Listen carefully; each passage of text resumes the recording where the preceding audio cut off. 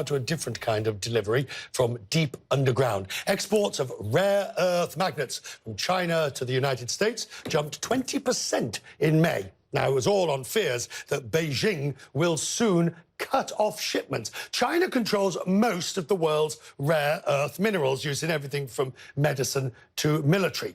As the trade war rolls on, one US company, by the way, these are the rare earths in the periodic table, which I don't really understand. In fact, not really, I don't understand at all. But I'm told these are the important ones and become ever more important in the trade war. Now, one US company is working to boost its own reserves. CNN's Clare Sebastian reports. 3, 2, 1, fire in the hole.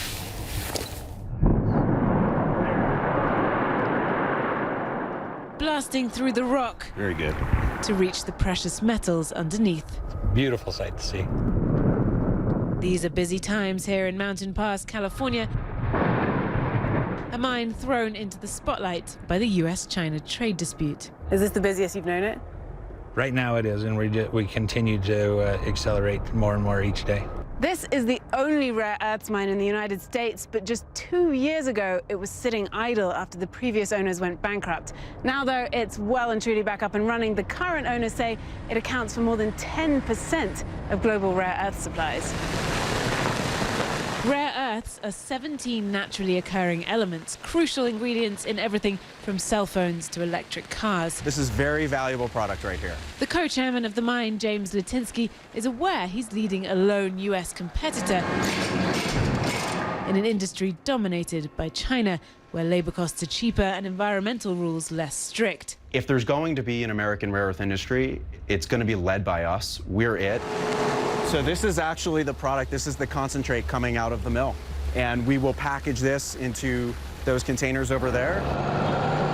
And that is currently the product that we're shipping. So right now, everything you produce, everything goes to China. Yes, that's correct.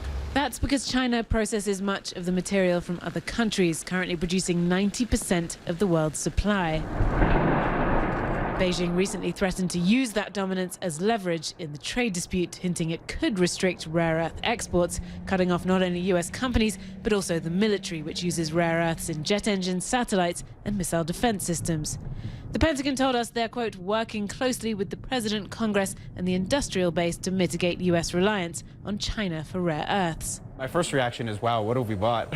Mountain Pass has its own plans to reduce its reliance on China, this massive processing facility that they plan to get up and running by next year. There really is nothing like this facility in the world. The scale of it, the amount of investment that has gone into it. And there were a lot of people who doubted that we could get this thing going again. Has the trade war provided more impetus to get this off the ground? There's definitely a greater sense of urgency. This plant would allow them to sell separated rare earths directly to global companies.